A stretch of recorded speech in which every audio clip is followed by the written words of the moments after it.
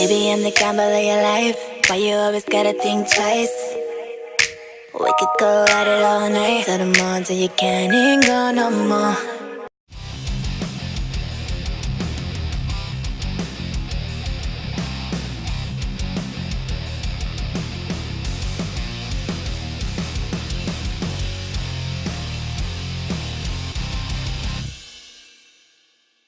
Hi, everyone. Welcome to Packers Unscripted from Packers.com. I am Mike Spofford, joined by the one and only Wes Hodkiewicz. We're coming to you here from our studios at Lambeau Field. Wes, it's almost here. The NFC Championship, Packers, 49ers. It'll be Sunday at Levi's Stadium, 5:40 p.m. Central Time kickoff. And this is our final show of the week. Yeah. So, unless you want to do it on Saturday, but sure, yeah. This is. But that means keys to victory. So what's it going to – we have analyzed this matchup up one side and down the other. So Twice. What is it going to take? What is it going to take for the Packers to emerge victorious and be on their way to Miami for the Super Bowl? So the fact of the matter is the Packers are underdogs heading into this thing. You're not going to deny it. I'm not going to deny it. The people in the locker room are not going to deny it. And honestly, I think they've kind of relished that role. And I've appreciated that mantra that they've taken onto this thing, because they are saying that the pressure is going to be on this 49ers to do what they did the first time, to do it again, show that they can do it again. Yep. The Packers only have to work up. And I look at where that team was, where that roster was, for as good as their record at that point of the season still was at that, going into that matchup, there are so many areas, specifically on the offensive side of the ball, where they are better right now. Davante Adams is where I would like to start. He is back in a groove again. He had a historic performance a week ago. He's healthy. He's looking as good as ever with his route running. If there was ever an injury, and there's a lot of them, trust me, I get it, it's a difficult game, but if there was ever an injury that really is going to take the bite out of Davante Adams' game, it's going to be that turf toe. I mean, so much. You go back and you look at those plays that he had, the 40-yard touchdown, even the 32-yarder on to convert on third down. So much of that is just based on instantaneous footwork and his ability to separate and then capitalize in those microscopic gaps and opportunities with Aaron Rodgers. When everything is in a line for him and when he's healthy, this is, in my opinion, one of the top receivers in the National Football League. And last week he proved it, despite all the attention he got. San Francisco is going to do the same exact thing in this game. And to top it all off, he's back home. He's playing in front of friends and family. I think he said he had already, was it 10 or 18 tickets Something already like purchased. 18, I think, was what he mentioned at the podium the other day. Yeah. So being a kid that was from the Bay Area, grew up, was friends with James Jones early on, you can tell how much this game means to him. And on top of all of that, Adams has played in 2 NFC title games before. I'm expecting a big performance out of him on Sunday. Yeah, I mean, you look at this from the 49ers perspective, I think it's going to be the same approach the Seattle Seahawks took. The targets, as far as the Packers offense are concerned, are Aaron Jones and Davante Adams. Can you put the clamps on both of them? And the Seattle Seahawks did a whale of a job against Aaron Jones after the initial 23-yard run. It was really tough for the Packers to run the football. But the Seattle Seahawks didn't have an answer for Davante Adams. Conversely, we talked about how the Minnesota Vikings needed to clamp down on San Francisco's running game and on George Kittle. They were able to limit George Kittle significantly in that divisional game last week, but they could not handle San Francisco's running game. The Packers are going into this, I would think, with the same mentality. Those are the things that you focus on, and that's not taking anything away from Emmanuel Sanders and Deebo Samuel. Same thing with regards to the Packers, whether you're talking Jamal Williams or Jimmy Graham or other complementary parts on offense. But everybody knows the bread and butter of these teams in the running game and in the passing game. For San Francisco, obviously, it's multiple running backs. For the Packers, it's Aaron Jones. It's a matter of, can you put some limitations on both of those at the same time without making too many sacrifices, and that's just what we have to see how it plays out on Sunday. Yeah, we just have to learn. But these past 6 games, I think you've just seen the snowball for Green Bay in a positive way. That they've been able to rely on different facets of this offense to win. And last week it was Aaron Rodgers. Aaron Rodgers, statistically, if you look at some of the performances he's had in the postseason, you could put that one up against any of them, because for the first time all season, the running game was not able to really get going, and he was able to just sort of carry the load from that point on. Yeah. Whether it was just finding Adams, whether it was extending plays, it just looked a lot like that old Aaron Rodgers that everybody likes to talk about. And he's a guy, too, that understands the opportunity before him, and he wants to make the most of it. And San Francisco is going to be difficult. There's no doubt about it. I mean, they are favored for a reason, like I said, and I think it's going to be capitalizing on mistakes, whether it be a turnover or not, or whether it's just an early 3-and-out for San Francisco. You need to be able to maximize those possessions. The first one at Levi Stadium, really couldn't have started any worse for Green Bay. Man. When you look at the fumble and the field position, it was kind of all downhill from there. And my biggest key to victory for that game was getting off to a fast start. They need to find that fast start this time, and they need to protect the football, because if you don't get either of those things, it's just really difficult to beat a team that's as disciplined and well-rounded as San Francisco. Yeah, I mean, if you want to try to find a path to victory here in the statistics for the Packers, I'll lay out some options for you, because if you look at the various rankings in offensive and defensive categories and everything across the board for the regular season, for the 16 games of the regular season, the 49ers have higher rankings than the Packers in a vast majority of categories. And that's why they are what they are. They got the number 1 seed. They are favored in this game for a reason. But here's a couple of them, Wes. Number 1, turnover margin. The Packers were plus 12 in the regular season. The 49ers were plus 4. So the Packers have been better at taking the ball away and at winning the turnover battle. So that's one thing that could be on your path to victory here. The other is in the red zone on offense and defense.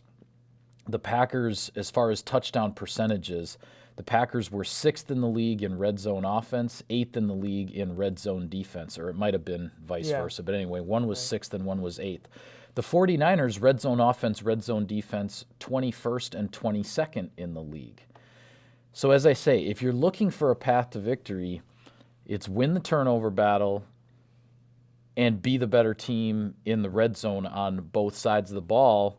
And maybe that's how the Packers can do this. As good as San Francisco is, and they're great, don't get me wrong about that, I think Green Bay has more ways to win in the red zone when you look at not only just the run game, and they've been exemplary in that category in terms of being able to punch the ball in once they are in that gold area, as they like to call it. Yeah.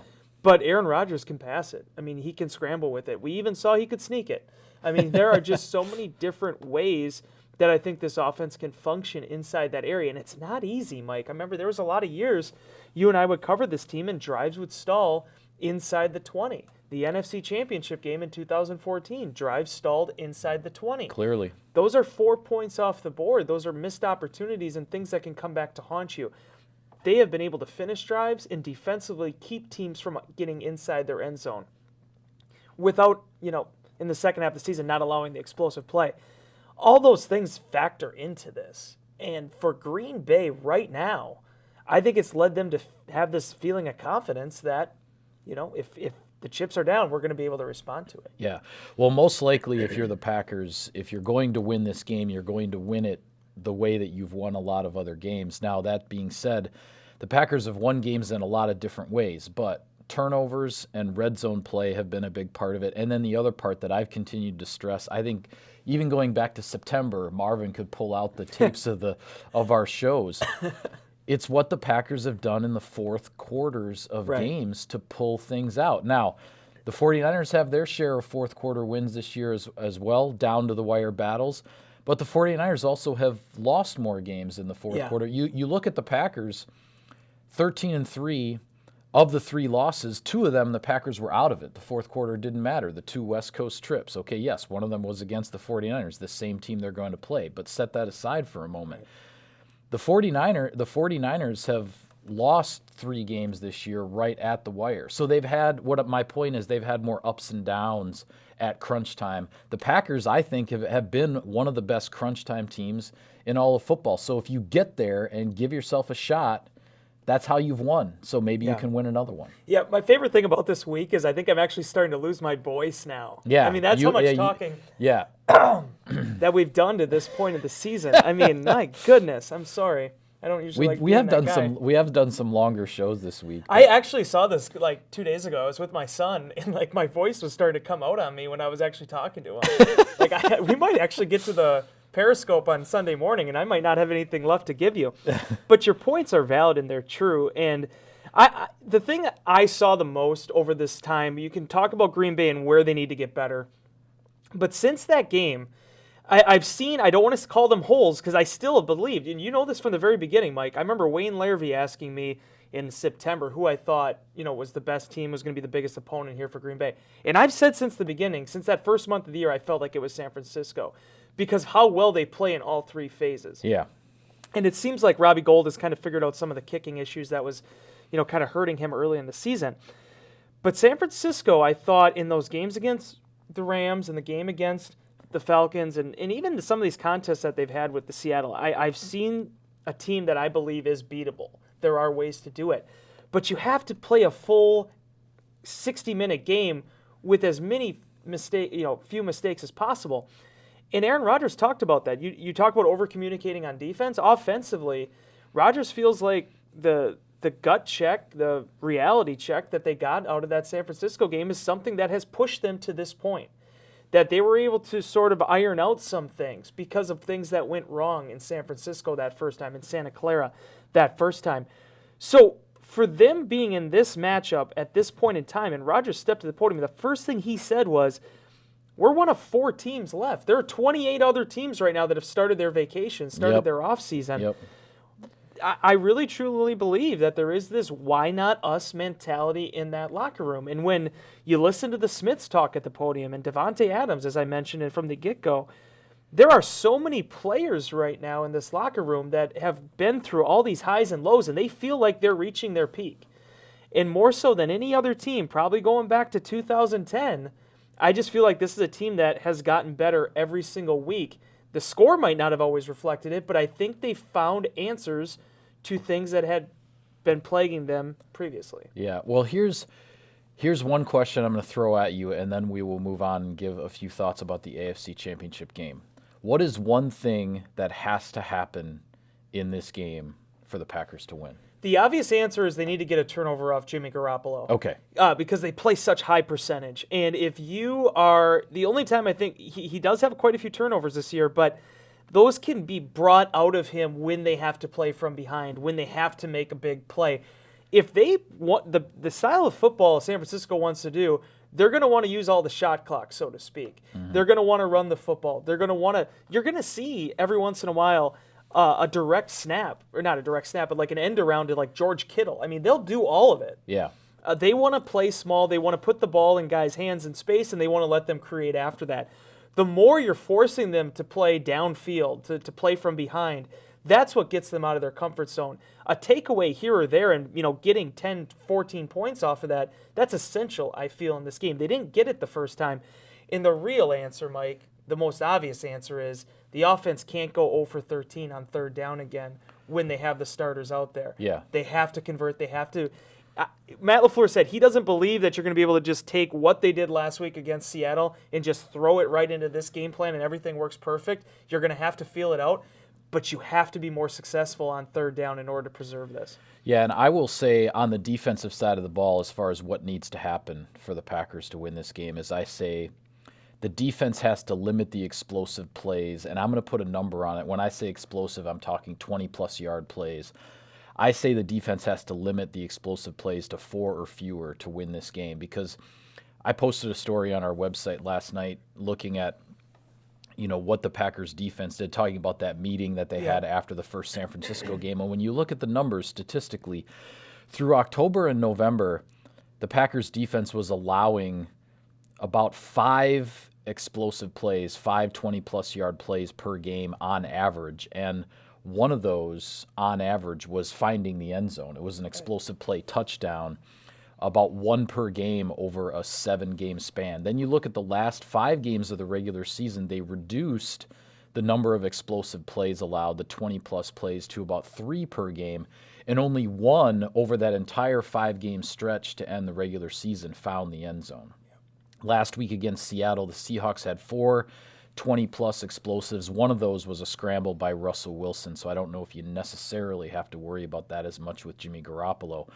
But none of those 20-plus explosives found the end zone. So to me, it's kind of, if you keep those explosives at 4 or less, and if none of those big plays find the end zone, going back to what I said about the red zone and the way the Packers have defended in the red zone this year, I think that's kind of a statistic that could be a telltale sign of how this game unfolds. Yeah, and as I wrote last week too, when you look at the secondary and these cornerbacks that have played together for an entire season, you're seeing the maturation of so many of them. That Jair Alexander play, I think that was at Minnesota or Detroit, where he ended up the receiver got past somebody, tripped him up to cause the defensive pass interference. Yeah, that was Detroit. That was Detroit. I forget which receiver that was. Lacey, I believe.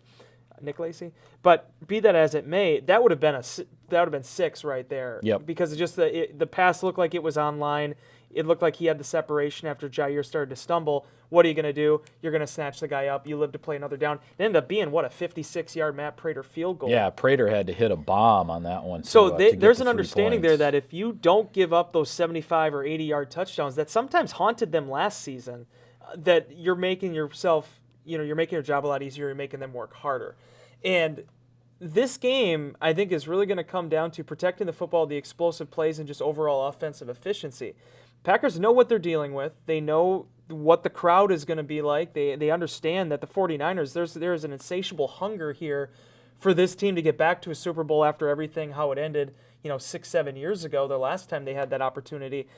Everything's on the line for them. Yep. And it's just exciting, and I think you can feel the energy in that locker room. And I was just spending time down there yesterday, how loose this team is, how geared up these guys are, because these opportunities, as Davante Adams said at the podium, they're rare, and you have to appreciate them. And there's going to be a guy or two. You asked me that original question, what has to happen? The other thing that needs to happen is there needs to be an Allen Lazard stepping up. There needs to be, a Tyler Ervin explosive play. There needs to be a Tyler Lancaster fumble recovery. It's going to take not just Zadarius Smith and Preston Smith and all the name players that you put up on the billboards and the programs. It's going to take the Joes and the Bills on this roster, too, to be able to finish this thing out. It's going to be an exciting football game. I can't wait to watch it. Yeah, I agree with you as far as the vibe in the Packers locker room. There's a looseness to it. I said from the beginning of the week, I feel like the Packers just have the right perspective on this going into it as far as what happened in Week 12, where they are now as a team.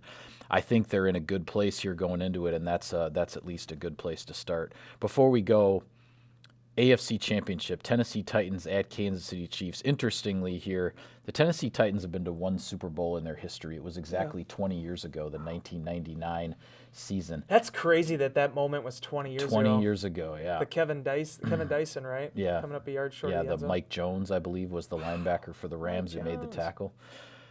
The Kansas City Chiefs have not been to a Super Bowl, Wes, in 50 years. Super Bowl 4 when they beat the Minnesota Vikings, and obviously everyone knows they lost in Super Bowl 1 to the Green Bay Packers. Those are Kansas City's 2 Super Bowl appearances in their history. That's incredible, isn't it? Andy Reid trying to get the Kansas City Chiefs back to the Super Bowl for the first time in half a century. So the Titans have been the road warriors, the 6th seed. They won at New England. They won at Baltimore. Now they're going to Kansas City. The Chiefs, the team that was in this exact position a year ago, hosting the AFC Championship game, and lost a very difficult overtime game to the New England Patriots. So what are your thoughts on how this one plays out? I don't know who wins the Super Bowl right now, whether it's Green Bay, San Francisco advancing, but this is Kansas City's time, I feel like, in the AFC. Yeah, it does feel like that, doesn't it? Tennessee's a great story, and they certainly can win this football game. Oh, yeah. I personally picked them to beat the Patriots. I did not think that magic would sustain for Baltimore just based on how that defense had played this year, but it did. And they upset them, and here they are with Derrick Henry as the hottest running back right now in the NFL, arguably the hottest player right now in the NFL. The hottest running back we've seen in an NFL postseason in a while. Since James Starks. Yeah. Yeah. But you know, right. Yeah, you know what I'm saying, though. Yeah. I mean, somebody that is just getting all the headlines where everybody is like, can anybody stop this guy? He is a Mack truck that is, and all he has in front of him is road closed signs that he's just crashing through, and just wood flying everywhere. I mean, that's a great analogy, though, because I think I said in Inbox earlier this week, when you look at the Titans, they had to win in Week 17 just to get into the playoffs. They had the smallest opening possible to get into this postseason party, and like Derrick Henry's been the guy who's just blasted that opening wide open, and here they are, as all these other teams are, 60 minutes away from the Super Bowl. But on the other side of it, Kansas City is confident. Defensively, that's a huge challenge. They have to stay up to Derrick Henry, but offensively, I think last week showed that this team can hang 50 on anybody if things are clicking. With Tyreek Hill there, in him Travis Kelce and all those guys. Hill mentioning he doesn't feel like anybody can stop them. This is their year to do this, to get there. We'll see what happens should they. But I just feel like when you talk about Andy Reid, his redemption story arc coming to Kansas City, the fact that that organization, as you pointed out, has not been to a Super Bowl since I was minus 18 years old. All those things merge together, Mike, and it just gives you a feeling that there's something special there with Patrick Mahomes. Whether or not it equates to a Super Bowl title this year, we don't know. But that guy, should he stay healthy, is going to be a player for a long time. Yeah, well, it should be one heck of a Sunday of football, as it was last year. Championship Sunday was certainly memorable for a lot of reasons. Hopefully we avoid some of the controversy that happened last year. But, good luck with that, right? Really banking on that one, Mike. But no, you're right. I mean, you hope that everything goes cleanly, but it very rarely ever does. Yeah, well, it's going to be entertaining regardless, and we will be back here on Monday to discuss the results. So with that, we'll sign off on this edition of Packers Unscripted. Be sure to follow all of our coverage of the big NFC Championship game on Sunday from Santa Clara. You can subscribe to us, like us on iTunes and other podcast services, and check out all the great video content on the Packers YouTube channel. For Wes, I am Mike. Thank you for tuning in, everybody. We will see you next time.